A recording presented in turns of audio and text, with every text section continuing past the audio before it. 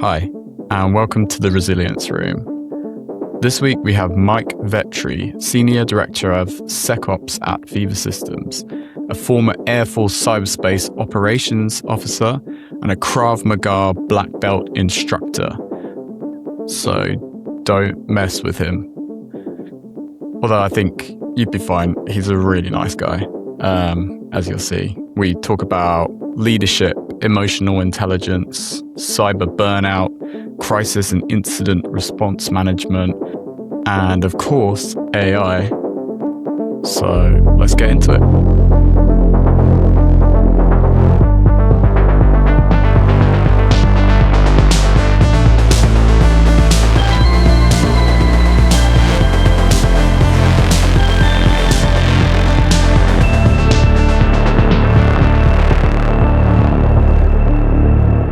Welcome, Mike, to the podcast. And our first question we always ask every guest is, how did you get into cyber? So it's a funny story. It's hilarious. My journey into cyber. I graduated from the Air Force Academy. My first job in the military was to be a pilot. That was a blast until I got about 2/3 away in. I kind of did some discerning and realized the pilot life maybe really not be for me. Even as a younger professional in his early 20s, I realized, I want to have a family one day and be there with my kids and my wife and not be, deploying every so often as much, right? Because it could be a high tempo. And so I raised my hand to get reclassified, and I put in my preference sheet of what other jobs I wanted to do. And cyber was on the list. It wasn't at the top. It was not at the top, but it was on the list. But eventually, I remember that day I reported into Colonel Jeanette's office, and he told me I'm going to be a cyberspace operations officer, which I thought was pretty cool. This was back in 2012, and I remember walking out of his office after reporting out, and my flight instructor already knew what my career was going to be. He just gave the honor to the vice wing commander to officially notify me. And the first thing he said was, "Michael, I'm so sorry you were reclassified into cyber. If you need someone to talk to, let me know." And so that was the perception against towards cyber back in the early 2010s. Nobody really knew what it was. They just thought you were just, maintaining communications and the internet and making sure lights don't go from green to red. It was very not well understood. What was your gut reaction to cyber, with that being picked for you? How did you feel when you found that out? To be quite frank, a little bit nervous. I studied chemistry in college. We did have to take a core comp sci class as a mandatory item to graduate. Do not ask me what I got in there. So, but because of that, I was a little bit nervous. Oh gosh, this is going to be my career now. So I know, in the Air Force, if you get reclassified more than once, they may not retain you. It's come on, you got to pick a career already. Right. So I, went full throttle, pedal to the metal through training and really enjoyed it, learned a lot. It was a lot more enjoyable than my core computer science class, a lot more eye-opening on what's out there in the world. So yeah, it went from nervous and apprehensive to slowly enjoyable. And now here I am, 14 years later, still loving it. Yeah, I mean, what's your journey looked like? I mean, you're now Senior Director of SecOps at Veeva Systems, but presumably you didn't just jump straight there. How has your journey been to this position? Yeah, so leaving the pilot world and going into cyber, I spent about 8 months at Keesler Air Force Base in Mississippi to train up. My first assignment was to be the deputy flight commander, which was about 150 people, so second in command of pretty much the network operations, the communications squadron. Did that for a couple years, and then decided, I really want to do this career broadening opportunity that popped up, which was to be an Air Force ROTC instructor and kind of train and lead the next generation of officers. And I love that. So if anybody's listening, a massive shout out to Det 505, New Mexico State, and UTEP. Still one of my all-time favorite assignments. Would do it all over again if I could. It's also, while in New Mexico, I met my wife there, incredible woman, and built a family with her here in Tennessee. We then moved on together to San Antonio and went to the 33rd Network Warfare Squadron, which is basically the premier defensive cyber ops squadron of the Air Force. Um, Took my talents after a year or two to the group commander to work for Colonel Kern. Obviously, one of my favorite mentors in my entire career. So if he's listening, boss, sir, thanks for everything that you've taught me. And became his executive officer, and then moved on to the 616th Ops Center. So pretty much the Air Force wide SOC. So senior duty officer, managing all the defensive missions, all the other missions, and the network maintenance missions for the Air Force, and then finished up my time in the 16th Air Force. So kind of the administrative entity of the Ops Center and the Strategic Joint Planning Unit for the last several months, and then decided, hey, I can do this whole cyber defense thing on the outside and not bounce around my family so much. So I separated and found Availity. Learned a lot of great, foundational principles of how to be a cyber operator in the civilian world at Availity. And then, after some time, moved on to here at Veeva and been enjoying it ever since. One consistent theme that has been present in the entire journey is just really learning how to effectively manage people, Mm. especially in the civilian world. You can't just say, hey, I'm a captain or a major. You're an NCO. You by default will do what I say. No, it's a lot more influential leadership, invoking those empathetic muscles more. And so that's one thing I really appreciate the Air Force kind of instilling in all of us throughout its insane amounts of leadership education we get is, yes, even though you may have the rank, it comes with respect, responsibility, and being the effective leader that you want the next generation of the Air Force to be. Um, that's been the journey. I actually heard someone say the other day that when they were learning about leadership, I don't know if it was a Harvard Business School course or something, Mhm. and the main takeaway for them was that it's all about empathy and Yes. understanding the people that you're leading. It is. Yeah, I Absolutely. mean, how does that compare to like what you learned? So I'm a big proponent in effective leadership, no matter what your career field is. Obviously, cybersecurity, it's a different beast on how to be a great leader than something that's a little more low tempo and controlled environment.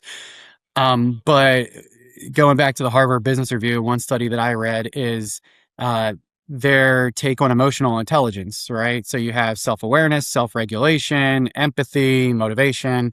There's several pillars of it, right? And they did a study. They looked at about 189 companies, and they researched if that company was really embracing the pillars of emotional intelligence. And what they found is that the companies that are embracing emotional intelligence principles and instilling it into their culture, they typically surpassed their revenue goals year over year by 20%. Huh. And on the contrary, if they were not inducing or not invoking those principles, if they were essentially absent, then the inverse happened. They would actually fall short of their revenue goals year over year by about 20%.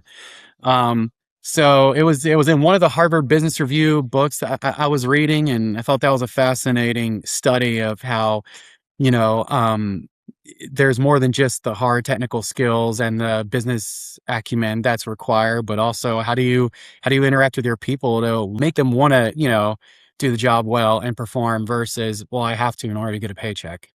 Are you kind of constantly reviewing new things, or are you constantly getting inspired by new leaders that you come across, or people that give talks and presentations on the subject? Like, do you feel like you're constantly evolving and learning as a leader? Oh, absolutely. I really don't feel like there's ever a time when your leadership journey is done. I mean, I would say one thing that was very surprising in my journey, and this is tangible evidence, is before I had a wife and kids, before I was married in 2018. If you've ever heard of the DISC personality test, right? It's an acronym for the four areas of how you operate, like dominance or decision making, and then you have intuition, and then you have conscientiousness, and then stability and sensitivity, right? So, uh, like I said, before I was married, I was a single guy, and I figured, yep, I just want to get results done. I got to go, go, go, go, go. And then, once I was married and had a couple kids, you start changing a little bit, right? So even your life's journey, your personal life journey affects how you lead. And we actually, at Veeva, my entire security team did a personality test, and all of the leaders, except me, but all of the leaders were a solid D, driven, decision making, get it done, and dominant, and that's fine.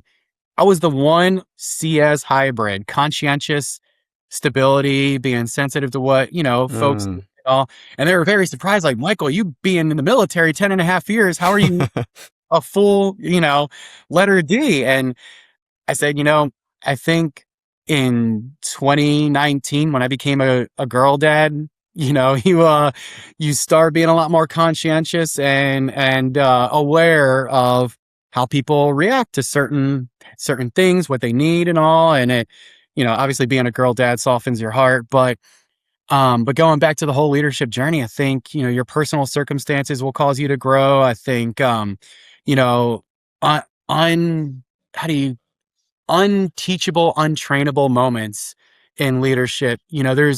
There's no way you could be ready for it all. And one thing that I do every couple months is I will have a leadership seminar with my team. It's 100% optional. Like, let's talk about some tough topics on how to grow for anyone that's aspiring to be a leader. And one session, I think it was one of the team's favorites, was, you know, to not necessarily buy into all these books to say, these are the 5 things you should do to be as rich as Steve Jobs or whatever, because those books are very anecdotal in nature, where these leaders did these because of very specific circumstances and sequence of events and what they knew along the way that are almost impossible to reproduce because everyone's experience is different. So, don't always listen to the leaders. If you do what I did, you'll make it. If I do what you did with your knowledge and your exact circumstances and your exact personality, then yes, I could make it too, but nobody can replicate that. So I would say the biggest things that really mean the most to being an effective leader are, obviously being adaptable to your situation, be comfortable in the fog and friction of, war, of this cyber battleground we're in, and, have that amicability, that emotional intelligence when your team is starting to get burned out, to be like, okay, now it's time to really rethink what's our strategy, because you could be the most intelligent and skillful leader in the world, but you're not a leader if you have no one to lead. And if you're letting your get burned out, it's your team's going to dwindle from 10 to 6 to 4. And next thing you know, it's like, oh, wow, how did this happen? Well, what did you do to prevent it? A leader's only as good as the folks that are, working with him.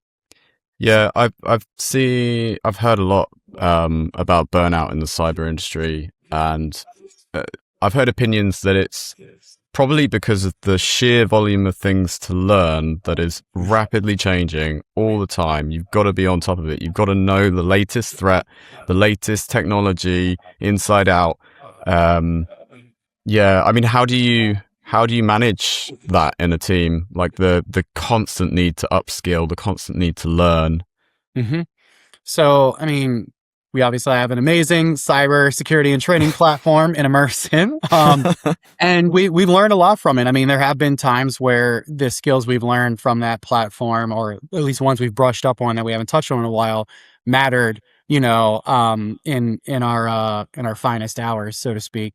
So there's that. I think one of the things that needs to be emphasized to prevent burnout is, I've always preached in other podcasts that if you can give your team 4 different things, they're likely going to stay. And you only have to give them to them in excess, just in moderation.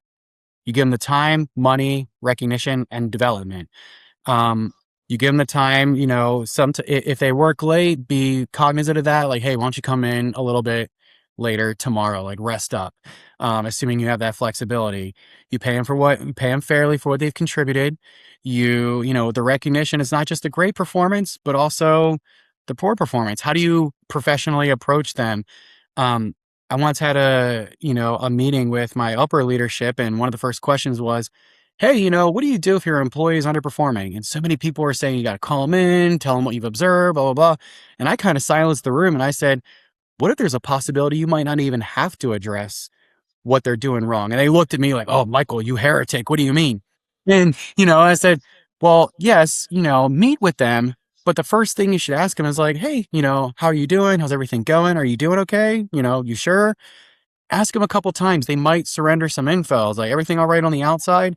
Once they see that they're under that kind of sequence of questioning, they might be like, okay, well, maybe it's about the right time I should tell them, Well, it gives them a sense that there's something they're going they're on. in control a little bit as well, right? Like, Mhm. and I mean, I just finished reading the classic book on negotiation, Never Split the Right. Difference, and it seems to be all about like making the other person feel like they're in control, like that, Yes. because people get defensive when if their boss just approached them straight out, like, right, you're not performing. Why is that? And you're like, whoa, and you go into defensive mode.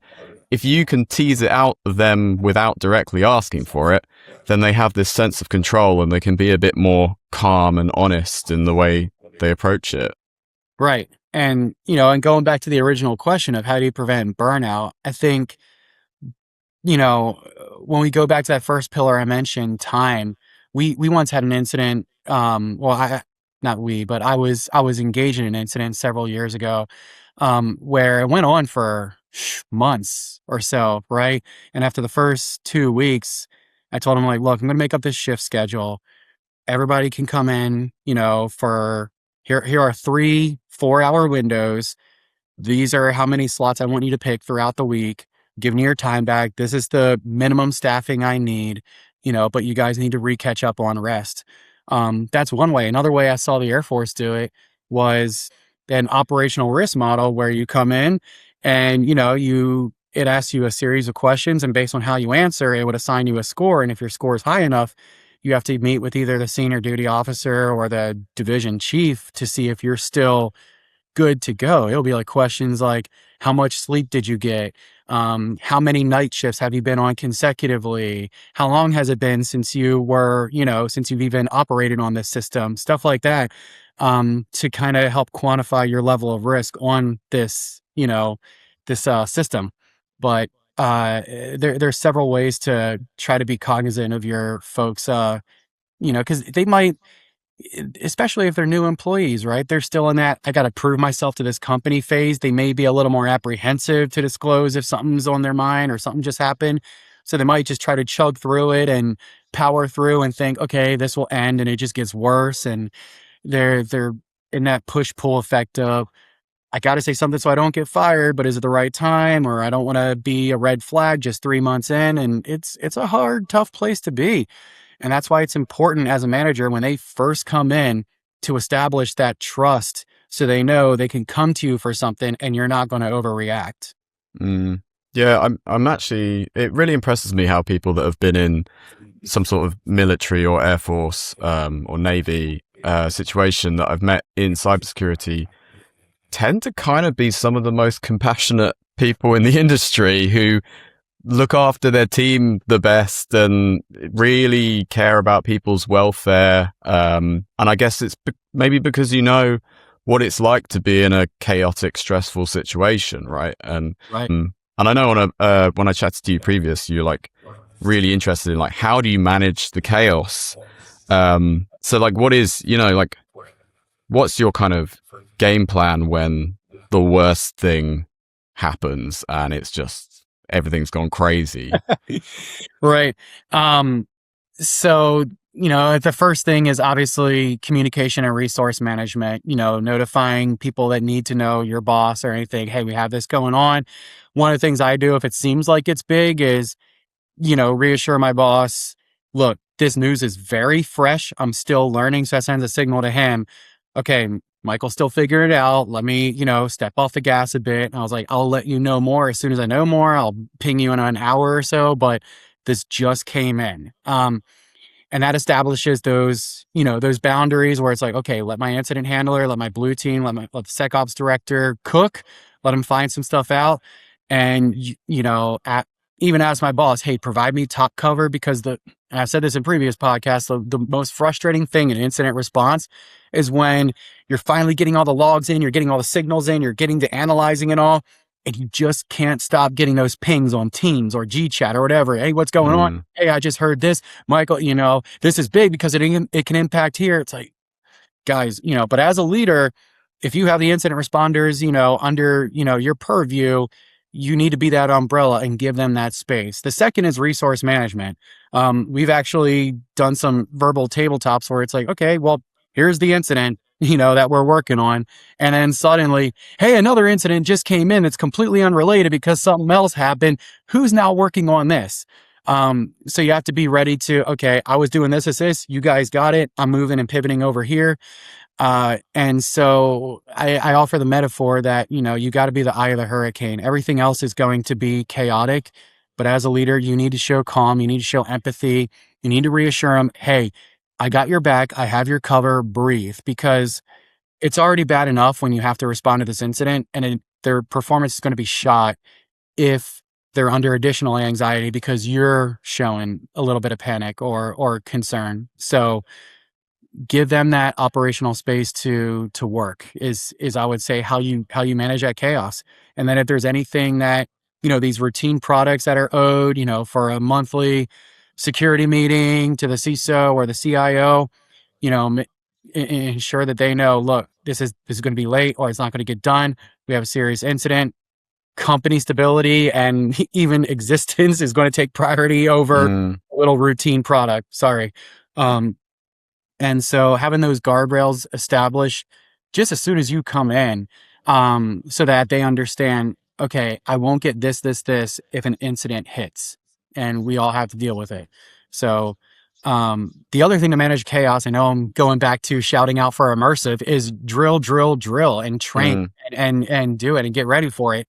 I mean, you wouldn't want a surgeon who hasn't done a surgery operating on you, if they haven't performed in like 3 or 4 months. Like, oh, right, well, I took some leave. No one's really come in. It's been 4 months, but I'm doing heart surgery on you. How do you feel about that? Or, a firefighter. I haven't responded to a call. It's really only my second one, but I'm going to be the one putting out your fire and storming through your home and finding, a little bit apprehensive. And so the CEO should also be a little apprehensive. It's like, oh man, there's a big incident and my security team hasn't practiced this in a year because that's all the time they have to do it. A little bit of panic there. So, I mean, those are all the ways. How do you manage the chaos to give you, a more consolidated answer, Sam, is prepare for it appropriately, set those boundaries, drill. And then when the time comes, director, manager, whatever your leadership position is, be the umbrella and let them operate. You drill, you train, you practice, and then if a bad situation comes along, you are fully prepared on how to go about working as a team. Correct. Right. So I remember you was talking about a story on our call, and I was just trying to remember what that story was because it was really fascinating. Does it relate to what we've been talking about? Well, absolutely. And it kind of, the theme of this is kind of bold leadership, right? So a while back, when I was still in the military, we were informed that, there was a situation, a missing person. And so we had, that missing person was unfortunately in the presence of opposing militants. We were able to, find out where he is and, get ready to have, friendly forces go in and, perform the rescue. There was unfortunately some red tape that occurred where, because there was a national boundary that was crossed, it would result in a lot more, restarting all kinds of approvals and everything. And I remember having to argue with someone that greatly outranked me and said, "Hey, the situation right now warrants no, it's got to be continued pursuit." And and there was a concern of, well, we want to avoid potential international turmoil. And the way I kind of took it was, well, this is a life at stake. Like, we gotta keep going. And so I kind of told that individual, like, look, this is the qualifications of, we still got to do it, but if we can't resolve it here, we can bring it up to the man who has some stars on his shoulders. And there was a little bit of a pause, and then that person agreed to kind of re-engage. So, which was great. I finished my shift not knowing what happened. The rest of that day, I was kind of very preoccupied in my own mind, wondering, like, did I spend too much time arguing and trying to convince and all? Was I not quick enough? And eventually what happened, I found out a couple days later. My sergeant called me. He's like, "Hey, Michael, did you see the email I sent you?" I was like, "No, not yet. Let me check it out." And I look, and it was an article that was published saying that particular person was rescued and the militants were taken out. So what I learned then was, hey, sometimes you really gotta, be willing to put your I don't want to say career on the line, but stick up for what you really believe is right, and weigh the risk. Like, what is the risk of an international, turmoil versus, all right, should we should really start pursuing getting this guy back? It worked out well. It did have a happy ending, but you know, I mean, not all of them can always end that way. So I was very thankful that it happened. And as a man of faith, I really believe in that moment. That was the Spirit giving me that courage, to have that convincing power. So it was an incredible moment, and learned quite a bit. Had a very productive debrief after that, a very good one. So all in all, happy ending, internally and externally. So it was great to be part of that. Yeah, I mean, that's interesting that it's almost approaching leadership from the other direction, right? You're working out how to interact with your leaders to get something done that you believe is right and are determined that it can be done. Yes. And that's like that's that learning model where you kind of go from the other angle, and like you're the student learning to be the leader through being the student, or being, I'm muddling my words up. But it makes sense, because I really believe there are certain moments in one's career that are going to transform you. One of my favorite books I've read, it's written by Irene Dom. She wrote the book, The Chapter in Between, and it's a really, very easily digestible, only maybe 90 pages. And it really talks about, that transition in between the leader you've always been used to, and then the one that you could and hopefully should one day become. And, it really captures that you'll be going along, and you'll find yourself in this kind of situation that you're not trained for. It's foggy. It's not really clear. There's no black and white, and everything you've ever learned about leadership is not going to apply here. You have to find your way, right? And so that's the in between, of going from, okay, this is how I've been molded throughout my whole life, and now I've come to almost like self-realization of who I can really be as a leader. I can step outside finally the comfort zone of everything I've ever learned, and almost transpire to be something a lot greater. But it's going to take risk, it's going to take discomfort, this may be the last time I'll ever be a leader if I do this.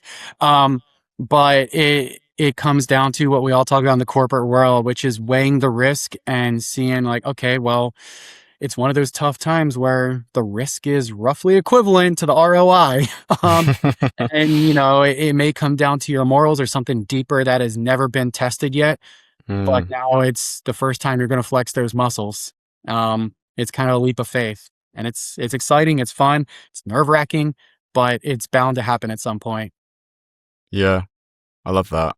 Um, I guess I'm thinking a lot about risk then, and it's one of the worst kind of shoehorn transitions to what's going on with AI entering the industry. And uh, like in your business, you provide services for like lots of businesses, right? Your it's like cloud services and consultancy for life sciences, and It's right. yeah. Biopharma. Um, so there's probably, I mean, it's like, are you giving advice on AI to companies, or like, what do you see as what's happening right now? What are the big risks? What are the big challenges, and what are people doing about it?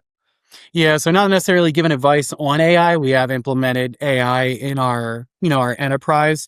Mm, But the way I see the biggest challenges in AI right now is, just like any disruptive technology throughout mankind's history, we're going to be behind a little bit until we can level the playing field. And, in a previous talk, I said, if we go back even to something simple as the 100 Years' War, the English were doing great with their longbowmen for a very long time until they were met with cannons, by the opposition.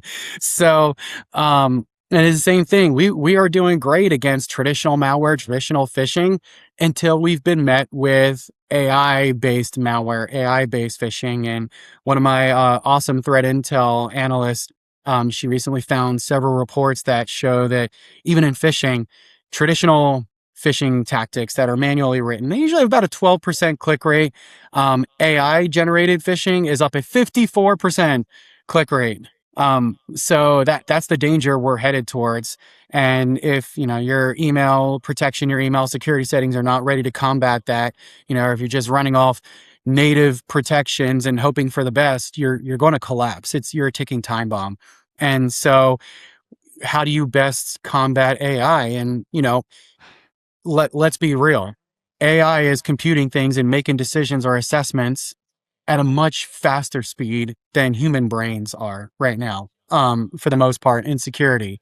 So in the military, we have a thing called the OODA loop, right? The observe, orient, decide, and act. And in any given conflict or war or battleground, you don't want your adversary getting past the orient stage, because if you do, then you can get them to decide on something and then act. mm, So if AI is constantly paralyzing us and just orienting and trying to figure out what to do, we can't decide on an action, then AI is winning. So how do we win that speed war? We fight fire with fire, and we leverage AI to help make those investigations quicker and faster so that we, the human, can make the decision on what to do about it. One of the scariest types of malware out there right now is AI based, is Phantom Raven, which is very polymorphic. You start containing it and it can start calling out to other domains. You start blocking their hash, it'll redo its hash. It's very challenging to try to contain, and it can come from a simple, malform NPM package if you're not looking at, where you're really pulling all of your GitLab code from. So it's dangerous now. And I think the easiest way to, fight these beasts is to train beasts of our own. I would offer that I still think it's a bad idea to let AI execute actions on your security stack. I mean, not just make decisions and tell you, but execute, especially when they're new in the game and they're starting to learn your system. The last thing you want is that it sees something that it thinks is malicious and it's really not. It's just some developer running a test script somewhere, and then it locks it down. And then, well, great. There goes all of our code we were going to put into production. So, getting up to the assessment and evaluation stage, cool. Acting upon it, let the ones who have been around much longer than AI has existed, do that part. So, mm. yeah. It's almost like someone needs to be the first to kind of prove that something is safe to use in a way. And Mhm. you're going to have to run it for quite a long time to Yes. check that there's not like serious issues with allowing AI to act upon very important systems that are running like Mhm. throughout companies and organizations.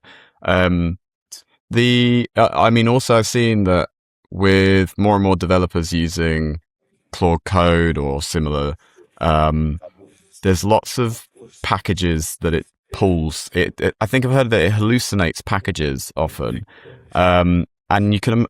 That just seems like a crazy attack vector to me. That someone can just be like, oh, okay, like it often hallucinates this package, so I'm just going to create a malware and put it up as that package, and have everybody draw that package down. And there's like all these new tactics to get to different attack surfaces than we're used to, and like, yeah, it feels like it's exploding, basically.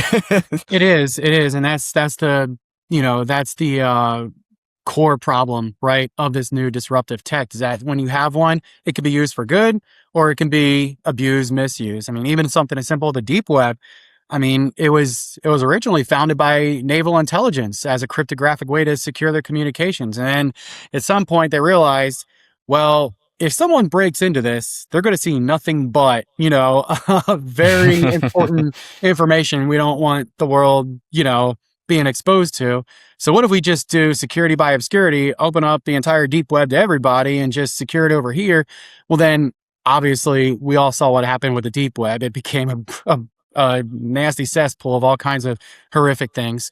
And that we see the same thing with AI. Like, people are using it for deep fakes of folks, CEOs, to convince them to send stuff over. I mean, now North Korea is arguably using it to get past, security checks along interview processes and try to get in. So it's getting a lot uglier. And I mean, you can use it for good. You can also use it for terrible things too. And then obviously the whole esoteric thing of, what's going on with Project Glasswing and Mythos? Like, one thing that's concerning me, and I don't have any insider knowledge on this, but from an outsider's obviously perspective, should you go and tell the world, hey, we're letting these companies kind of test it out, because guess who's going to be, the target now for attacks to figure out, hey, where's the Project Glasswing stuff?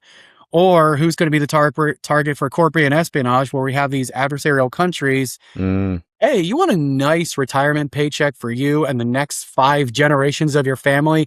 Hand over what you know about Project Glasswing and Mythos and all that. Like, now we're enabling an insider risk, concern where, is somebody going to get bribed to go ahead and surrender all that info or, provide access to it? Yeah, I guess the forces of marketing slamming up against the forces of cybersecurity there. Yeah. The only other thing I wanted to ask you about is Krav Maga. Is that how you say it? Correct. Yes. And you're a black belt instructor? Correct. And what is so you teach people Krav Maga? So I haven't taught in a couple years, had more children and life gets busier. So I'll put that on pause. But yes, so I started in 2008, I believe. Yes, 2008. And it was hilarious because I was playing if anybody any of the listeners are familiar with the game Assassin's Creed, I was playing that game. And then my buddy walks in my room and he's like, this was in college, and he's like, hey, they have a Krav Maga studio here nearby in town? I was like, cool, what's that? Had no idea. He's like, well, they used that martial art in Assassin's Creed. Put the controller down. I was like, where's it at? Where's it at? And it was great because, sometimes when you walk into a martial arts class the first time, sometimes what they're teaching can either interest you or it can be boring, right? If you're just practicing, the same punch over and over, it can be boring. But that day I happened to walk into a special class. We were doing weapon disarming, and that just got me hooked. I was like, this is cool. So taking away guns, taking away knives, got hooked, eventually became black belt in 2014.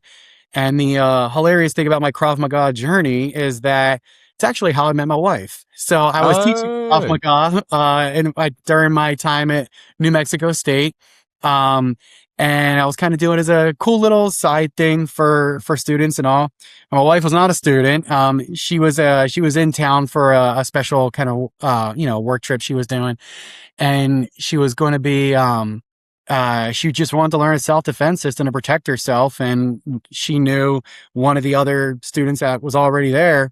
And she's like, oh yeah, come join our class. And also, it was great. I will say I did not expect my future wife's kicks to have so much pepper behind them, but um, so it was great. But what I have learned from Krav Maga and how I apply it, to cybersecurity is that just like in any fight, any battle, any response to an incident, sometimes you don't really know what you're up against, and so some of these alerts, they may seem low level, they may seem kind of clandestine or low and under the radar, but at the same time, you don't want to take you don't want to get complacent, right? You want to treat each potential incident like you could be going to court for this.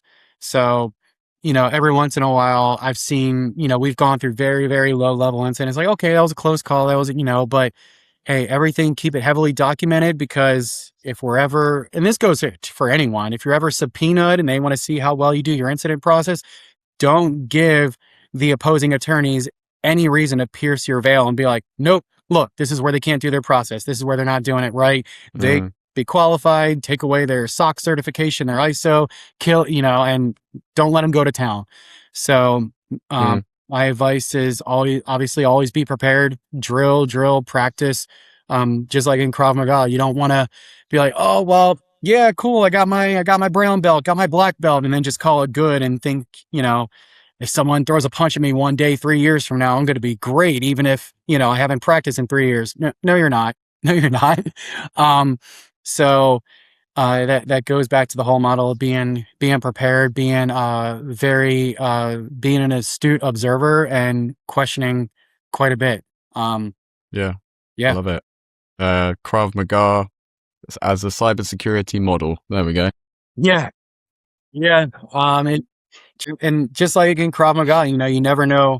Like I said, you never know who you're up against. But I always say, just like in Krav, you're only prepared to handle really what the rank you've trained for. So, martial arts, yeah, you may be a yellow belt, you may be an orange. Theoretically, you can probably only handle orange. But and I tell, my guys this, I'm like, we want to train to the level we want to be ready to defend against. And that is these nation states. Like if we're only training to handle the little script kiddies or, the ones that kind of spray and pray and see what happens, then that's all we're ever going to be good at. The moment these other nation states start banging down our door, we're not ready for it. So it is important to train at a black belt level in cybersecurity. Love it. I was even going to throw that in, the black belt of cybersecurity, but you did it already. It's perfect. Go. Perfect. Yeah. Perfect analogy. Thanks to Mike for coming on the show. Really nice guy. Thanks to you for listening. We'll be back soon, probably with some people from Immersive coming on the podcast, because we've got a lot of interesting people and I need to utilize that. So yeah, see you next time.